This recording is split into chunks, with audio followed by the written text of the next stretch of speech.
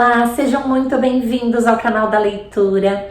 Hoje eu quero compartilhar um pouquinho com vocês a minha última leitura, que é o livro Minha Vida de Rata, da Joyce Carol Oates. Gente, eu recebi esse livro da TAG, é o primeiro mês, que eu recebo a caixinha da TAG, primeira vez que eu assino. E olha, vem nessa caixinha linda, além dos brindes, enfim, é uma delícia de mimo. Eu amei participar dessa nova experiência literária. Eu assino a TAG Curadoria e eu assino também o Clube Intrínsecos de Leitores. Eu estou amando essas duas novas experiências. Agora que eu terminei de ler Minha Vida de Rata, eu comecei a leitura do livro do Clube Intrínsecos, que é a minha primeira experiência também com uma autora coreana, e eu tô amando essas novas experiências.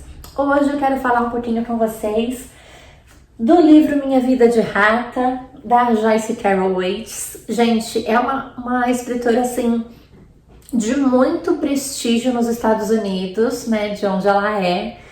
E ela tem vários livros publicados, é uma escritora contemporânea, ela tá com 80 e poucos anos, viva ainda e escrevendo na ativa. Minha Vida de Rata foi publicado nos Estados Unidos no ano passado e no Brasil tá chegando assim como uma super novidade deste ano. Eu super recomendo essa leitura, gente, mas é um livro assim que a gente precisa se preparar muito emocionalmente para poder adentrá-lo. Eu, assim, em vários momentos ficava um pouco estarrecida, precisava de uma pausa, precisava, parar para respirar mesmo. É um livro, assim, delicioso de ler. Eu, embora, assim, não quisesse que acabasse logo, eu não queria parar de ler. Minha caixinha acho que chegou na quarta-feira. Durante a semana, por causa do trabalho, eu acabo lendo mais à noite, final da tarde, à noite. Mas sábado e domingo, assim, eu fiz uma leitura assim, intensiva mesmo, que eu parava só pra tomar café, almoçar, ver um filme em família. Mas assim, li até domingo à noite, quando eu terminei a leitura. A minha intenção era ter terminado e já fazer a resenha, já gravar o vídeo, mas, gente, eu não consegui. Eu, assim, foi o tipo do livro que eu terminei de ler e eu ia tomar banho e ficava imaginando aquelas cenas. Eu tenho, assim, muito forte essa visualização do livro. É como se eu estivesse realmente vendo o filme. Tanto que eu me frustro muitas vezes com o filme, porque eu imaginei de um jeito, eu já fiz o meu próprio filme. E aí, quando eu vejo o outro, às vezes eu me surpreendo. Muitas vezes positivamente, mas outras vezes também de uma forma mais frustrante. E aí eu queria contar para vocês assim dois pontos dessa leitura. Um lado, a delícia de escrita dessa escritora, assim, é um texto realmente que flui, sabe, que não dá vontade de parar. Apesar da leitura ser extremamente forte, densa, dura, porque é uma leitura assim inspirada na vida real e numa série de problemáticas da vida real. O livro é narrado pela própria protagonista e ela nos conta de um jeito que, eu não vou dizer que dá leveza, mas que naquela hora que ela ia contar aquela cena que talvez a gente não aguentasse naquele momento, o impacto, ela para, mas sem um rompimento brusco. Ela começa a relacionar aquilo com um outro acontecimento que ela vai, narra, e depois quando ela volta, a gente já tá mais preparado para poder encarar esse acontecimento. A gente já foi pensando sobre isso. Ela tem assim uma forma muito peculiar e muito maravilhosa de ir na leitura equilibrando essa dosagem de violência, de dor, de sofrimento, de um jeito que a gente aguente o tranco mesmo dessa leitura. A história é narrada por Violet, a nossa protagonista, que é uma criança de 12 anos, quando ela começa a contar sobre essa história de vida, essa experiência de vida dela, que ela traz aqui pra gente no título como Minha Vida de Rata. Eu confesso que quando eu peguei um livro com esse título, eu Pensei no primeiro momento que eu talvez não fosse gostar muito. Comecei a imaginar uma série de possíveis enredos, mas todos assim muito distante do que realmente eu encontrei aqui no livro. Violet conta pra gente a sua história, né? Contando desde o seu nascimento. Aí ela fala um pouquinho dos seus pais, que tiveram 7 filhos. Violet é a irmã mais nova desses 7 filhos do casal, um casal de irlandeses que mora nos Estados Unidos, num bairro assim que moram muitos irlandeses, todos por perto, muitos que fazem inclusive parte da própria família, sendo mais próximos ou mais distantes. Ela é a 7ª filha do casal, aquela filha que já não foi planejada nem desejada, que aconteceu. Mas ela conta também que, por ser a mais nova, ela é a filha preferida do pai, assim como as irmãs já foram um dia. E aí, logo nessa descrição inicial, a gente já vê assim muito fortemente essa questão da misoginia, de como a mulher é tratada com um papel social totalmente diferente do homem, já desde o nascimento, pela família, e aqui principalmente pelo pai, que é aquela figura mesmo autoritária, aquela figura que você ama, mas sente medo também. É essa relação que a Violet vai fazer o tempo todo, dessa relação não só dela, mas dos irmãos e da própria mãe em relação ao pai. Então já mostra assim muito fortemente esse papel de submissão da mãe, que é sustentada pelo pai e que a ele deve então respeito, satisfação em tudo, apesar de não ser uma história que aconteceu assim há muitos e muitos anos.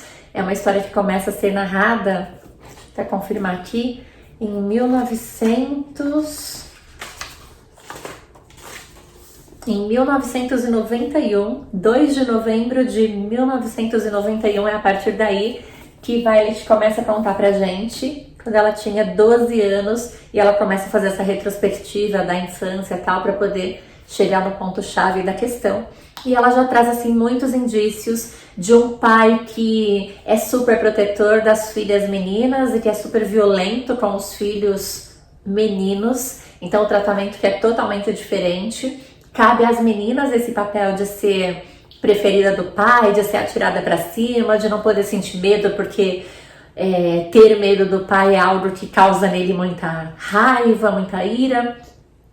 E os meninos que é com eles que o pai vai demonstrar sua habilidade para o boxe, vai iniciá-los na luta, fazendo eles aprenderem a apanhar do pai, tentando enfrentar o pai aí. E aí vai ter muito mais essa coisa da agressividade na relação com os meninos. Violet relata isso pra gente sem nenhum juízo de valor, apenas contando como é. E pra ela, né, uma menina de 12 anos, ela tá só narrando as coisas como elas são. É como se, de fato, ela acreditasse que era assim que tinha que ser mesmo. O problema maior da história tá pautado no racismo. A questão racial, assim, é muito forte. E o livro vai trazer também questões nazistas, vai falar de Hitler, vai falar desses preceitos de uma raça que deve ser a raça dominadora. Então, é muito difícil mesmo a gente conseguir ler tudo isso sem se sentir fortemente abalada emocionalmente. É uma leitura densa nesse sentido. Antes de Violet nos contar aqui, para nós leitores, né, sobre essa questão maior do livro, que foi a questão que desencadeou essa vida de rata para nossa protagonista, ela já nos dá alguns indícios do que pode acontecer, do que a gente pode esperar dessa história. Então ela começa a nos preparar para esse tom de crueldade, de permissividade, de acolhimento da família de uma forma muito questionável.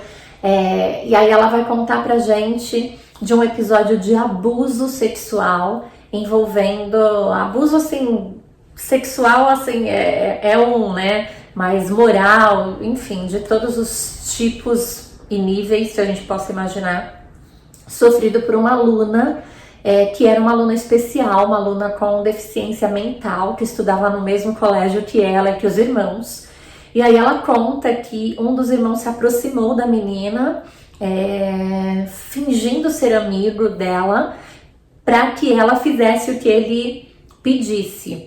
E aí ele conseguiu levá-la para um lugar distante e com muitos outros meninos a levaram para o banheiro, que foi onde aconteceu o abuso. O abuso foi denunciado pela família dela posteriormente. E quando o abuso foi denunciado, que a família, né, dos irmãos de Violet foi chamada, foi acionada, né, para poder responder por esses meninos, eles contrataram, né, o serviço de um advogado que defendeu os meninos, dizendo que tinha sido um ato consentido, que ela estava ali porque quis, que ela não gritou, que ela não saiu antes, ela ficou muito tempo ali, que depois foi embora sozinha por vontade própria, e amenizando totalmente a situação e fazendo com que ficasse por isso mesmo. Não aconteceu absolutamente nada com os irmãos de Violet, nem com os outros meninos envolvidos. Ela conta no livro que quando tudo isso aconteceu, essa história desse abuso, ela ainda era muito pequena, muito nova, ela não entendia o que estava acontecendo, só aquele clima todo na sala, esse assunto,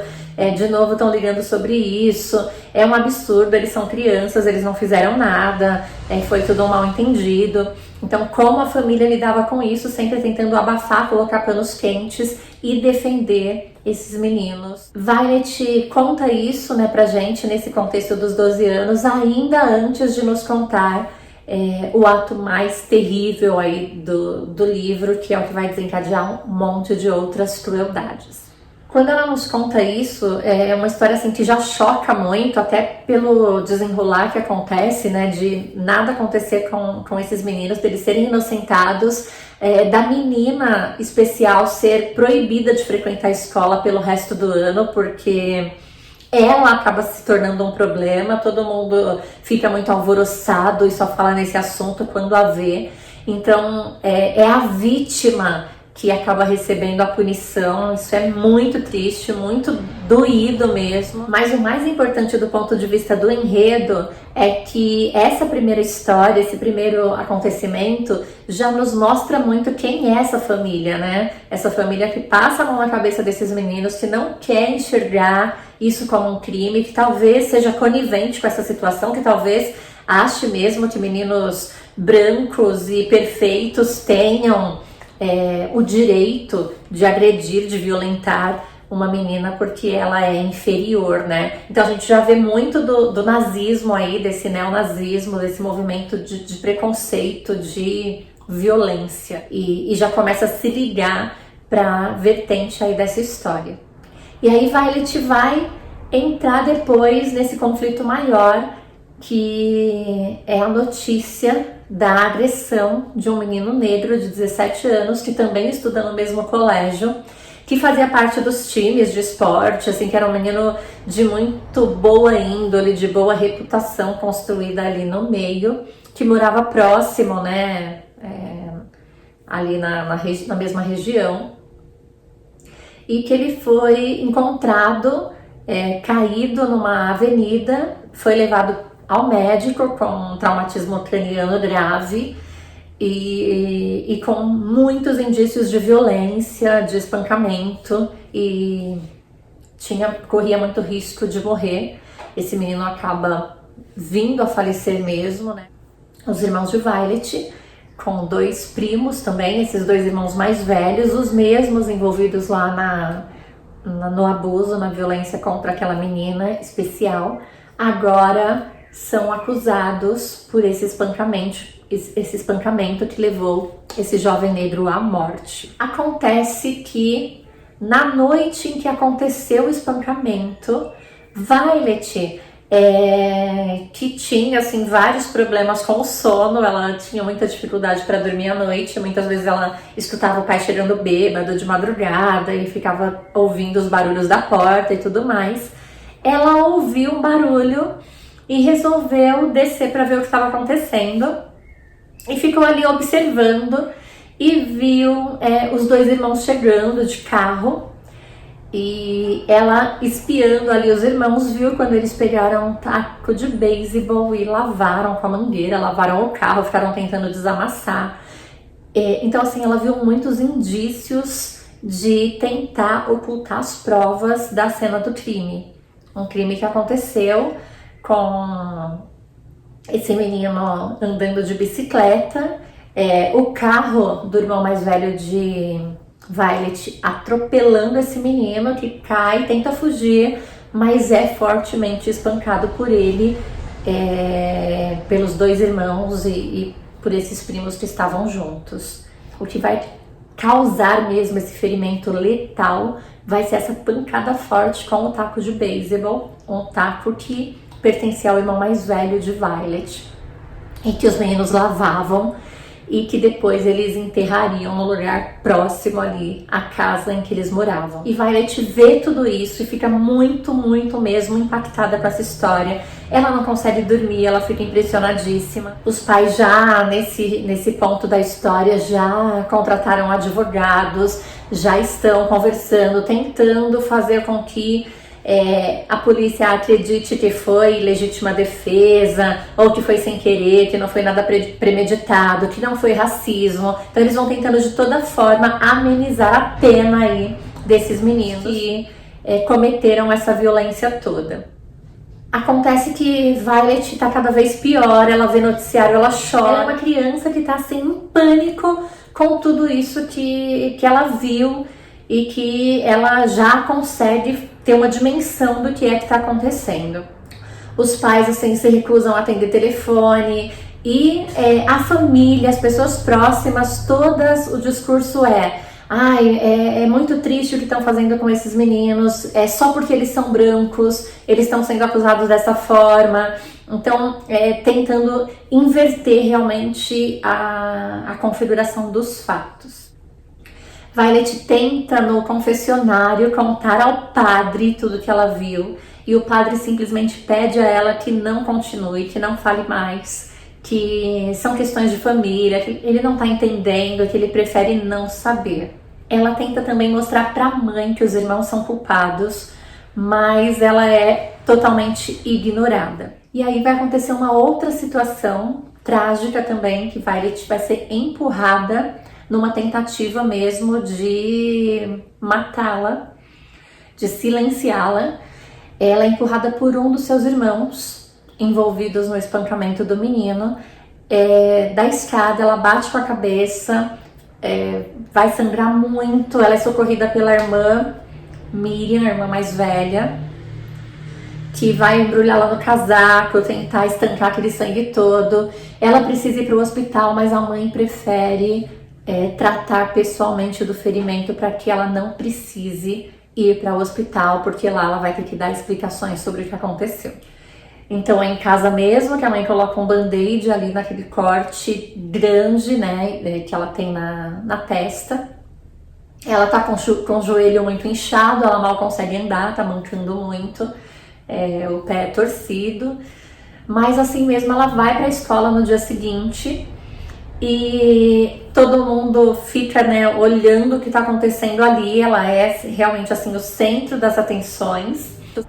No intervalo, né, das aulas, ela é totalmente o centro das atenções, porque ela se arrasta, ela mal consegue andar, o joelho está muito inchado, o pé está doendo. E aí ela é percebida pela equipe da escola, ela é levada para uma sala e de lá vão acionar a enfermaria, né, para que ela seja atendida. E Violet ali já tá num estado febril, ela já perdeu assim um pouco da consciência até de tudo que tá acontecendo. E ela acaba contando que ela foi empurrada pelo irmão, que ela tem muito medo de voltar para casa, que ela viu os meninos lavando o sangue do taco de beisebol, que foi o que matou o jovem colega ali de escola. Não era colega, mas era conhecido de todos. E é um desabafo, assim, como se num surto ela contasse tudo isso e dormisse, de repente ficasse desacordada. A vida de Violet muda totalmente depois disso, né? E aí ela nos conta que ela é exilada, ela vai para esse exílio tendo apenas 12 anos de idade. e perdendo a infância, enfim, perdendo a vida que ela tinha até então. A partir daí, né, o taco de beisebol é encontrado, esses meninos vão ser presos, julgados, condenados, com penas ainda brandas, se a gente pensar no que eles fizeram, mas de uma certa forma há uma certa justiça aí que acontece. E Violet vai para um abrigo, ela tenta fugir de lá, a mãe vai lá só levar algumas coisas, mas não quer nem falar com ela. Ela nunca mais consegue falar assim com a família, ir para casa, e ela vai ter uma vida que ela vai tentar fugir, vai ser pega por policiais que vão entregá-la para uma tia que se propõe a cuidar dela, que é uma irmã da mãe, que não teve filhos. E aí começa essa trajetória triste de Violet, que não dá, gente, pra contar tudo, mas pra vocês terem uma ideia, né, essa tia gosta de verdade dela, mas ela não consegue corresponder ao amor dessa tia. Violet reage com muita frieza também a esse acolhimento da tia, porque ela quer a mãe, ela quer os pais dela, ela sente muita falta das irmãs, da família, e ela se sente culpada. Ela sabe que o que os irmãos fizeram não é certo, mas ela se sente culpada de ter sido a rata delatora, que é assim que ela vai ser chamada na escola, por todos os lugares onde ela pisa. E ela não tem amigos, ela não consegue se relacionar com ninguém direito, porque ela não quer falar sobre tudo isso que acontece. Ela vai sofrer abuso de um professor na escola, um professor que é adepto dos preceitos nazistas, que é um admirador de Hitler e que será descoberto mais à frente que é um pedófilo, que quase mata Violet ao drogá-la para poder abusar dela sem que ela percebesse, sem que ela tivesse consciência de tudo que estava acontecendo. Ela sofre abuso por muito tempo. Depois disso, ela é assediada pelo próprio tio, o esposo dessa tia com quem ela estava morando. Ela acaba saindo da casa da tia, vai trabalhar como garçonete, depois como diarista. Ela vai acabar se envolvendo aí com outros homens, com bebidas, e ela vai começar um relacionamento com o dono de uma das casas que ela limpa. Vai viver um relacionamento abusivo também. Ela vai tentar se aliviar da culpa que ela sente por tudo que aconteceu com esse menino, pela morte do Adrian, né, esse menino negro. Ela vai tentar se livrar um pouco disso, mandando dinheiro, tudo que sobra do que ela ganha, ela manda para a família desse garoto. Ela quer muito ver a mãe desse menino, e é um encontro que não acontece no livro, que a gente fica se imaginando se acontecesse, como seria, o que será que ela ia falar para a mãe desse menino, qual seria a reação dessa mãe, porque é um encontro que assim, a gente acaba vendo sem muito sentido, mas que é uma vontade de Violet. E assim, gente, ela vai o tempo todo ter esperança de voltar para a família, ela vai viver muito assim ainda em função dessa esperança, vivendo de migalhas, de um telefonema escondido de uma irmã, sempre perguntando por uma mãe que esqueceu que ela existe simplesmente. Ela vai tentar forçar a barra em algumas situações, mas não vai ser feliz. E ela só vai conseguir, né, rever a mãe, falar com a mãe, que já nem conhece Violet, já nem reconhece, né, a própria filha, tá passando por um tratamento de câncer, tá num estado muito ruim, sendo cuidada por uma prima, quando todos os filhos já saíram de casa. E isso já 13 anos depois, quando um dos irmãos já morreu na prisão e o outro foi liberado após cumprir a sua pena. E aí é que ela consegue voltar, e ainda com esse sonho de voltar para casa, de ser perdoada pela família, de poder fazer as pazes com esse irmão que tentou matá-la. E infelizmente esse irmão vai tentar matá-la de novo, porque ele culpa a Violet por não ter tido sequer direito a condicional, pelo irmão ter morrido na prisão. E aí ele confessa que não foi o irmão mais velho que deu o golpe fatal com o taco de beisebol no menino agredido, mas que foi ele mesmo, ele que fez isso. E que ele ia acabar com ela, e xinga muito a irmã, e ela sai toda machucada, mas ela consegue sobreviver mais uma vez. E o livro termina quando ela nos conta, né, dessa sua tentativa de um recomeço com uma pessoa que ela tá começando ali um relacionamento, que foi um colega de escola, negro, que hoje é professor universitário. E assim, é nesse menino que a gente vê uma pontinha de esperança, de que as coisas mudem, de que todo esse sofrimento, esse racismo que ainda existe hoje, que é tão cruel, que assim ainda existem meios e força tiradas assim de dentro mesmo, com muita dificuldade, mas para superar tudo isso e para buscar condições melhores, buscar uma vida melhor. Mas é um livro assim muito intrigante, que traz muitas questões fortes, muito pesadas, muito severas, mas que precisa ser lido, precisa ser discutido, porque é só falando sobre assuntos tão difíceis, tão pesados e tão cruéis, só falando sobre tudo isso é que a gente vai poder discutir, pensar em soluções. Em alguns momentos a gente se pega assim, julgando as atitudes, as condutas de Violet, mas assim, foi o jeito que ela encontrou de sobreviver, entendeu? Então é um livro que nos faz parar para pensar, e se fosse eu, né? Será que eu faria diferente? O que ela poderia ter feito de diferente? Que outras chances ela poderia ter tido? E que expectativa, né? Ela pode começar a traçar agora para esse futuro de uma jovem que não teve infância, né? Que perdeu a vida dela ali aos 12 anos e passou a construir uma trajetória de tentativa de sobrevivência, com medo, com fugas. Vai ter um cachorro na história que assim também nos impacta com sofrimento, com crueldade de sofrer violência também, mas que acaba se tornando um porto seguro na vida de Violet. Enfim, gente, não dá pra contar tudo, mas é uma história muito boa, muito bem construída, muito forte, muito desafiadora para qualquer leitor, não pela dificuldade, mas pela temática mesmo, densa, que o livro nos proporciona. Eu recomendo demais essa leitura.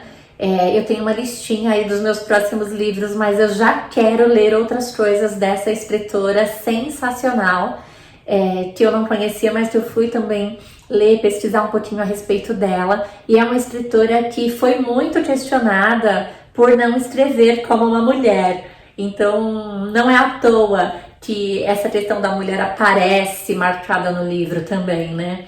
É uma questão particular dela também, porque ela escreve sobre coisas muito violentas, muito pesadas, que não são assuntos de mulher, né? Então, ela passou por esse tipo de preconceito também na sua trajetória como escritora.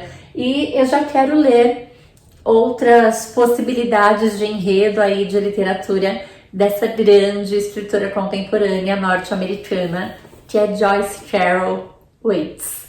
Gente, Minha Vida de Rata é a dica de hoje do canal da leitura. Eu recomendo demais.